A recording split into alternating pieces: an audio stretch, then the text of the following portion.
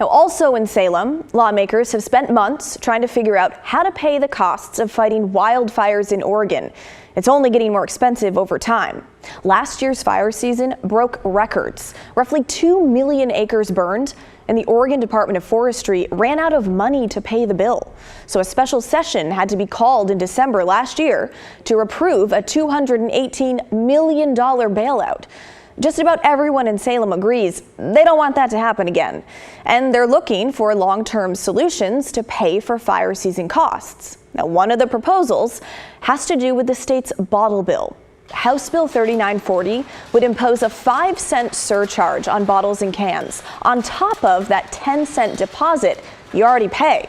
But unlike the deposit, listen to this, you would not get that money back if you recycle. It would instead go toward a fund to prevent and fight fires. It's a bipartisan bill. One of the sponsors, Representative John Lively, a Democrat from Springfield, said at a public hearing last month that wildfire season is everyone's problem. This is an issue that impacts the whole state. This is an issue that is an all Oregon problem. This isn't just an issue that deals with the landowners. It's not just an issue that deals with people responding. This issue impacts the whole state. The bill has other features. It would draw from taxes paid by out-of-state insurance companies, make some changes to the forest harvest tax, and draw on the state's rainy day fund. But the biggest controversy seems to be around the bottle bill. Opponents say bottle recycling has no connection to fighting wildfires. Here's Representative Mark Gamba, a Democrat from Milwaukee. He voted to advance the bill out of committee, but says he did so reluctantly. While I recognize we desperately need to have an ongoing significant funding mechanism for fires, climate-driven fires are increasing every year, bigger, faster, hotter, more expensive, more destructive, and we're going to have to pay for that. I see no nexus whatsoever with the bottle bill. There are a few things that Oregon ranks number one in this country.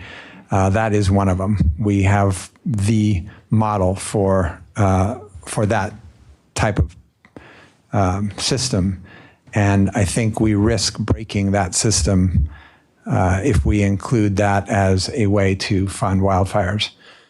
Now, Jason Jordan, the president of the Oregon Beverage Recycling Cooperative, which runs the bottle bill program, warns that the bill would undermine the entire system.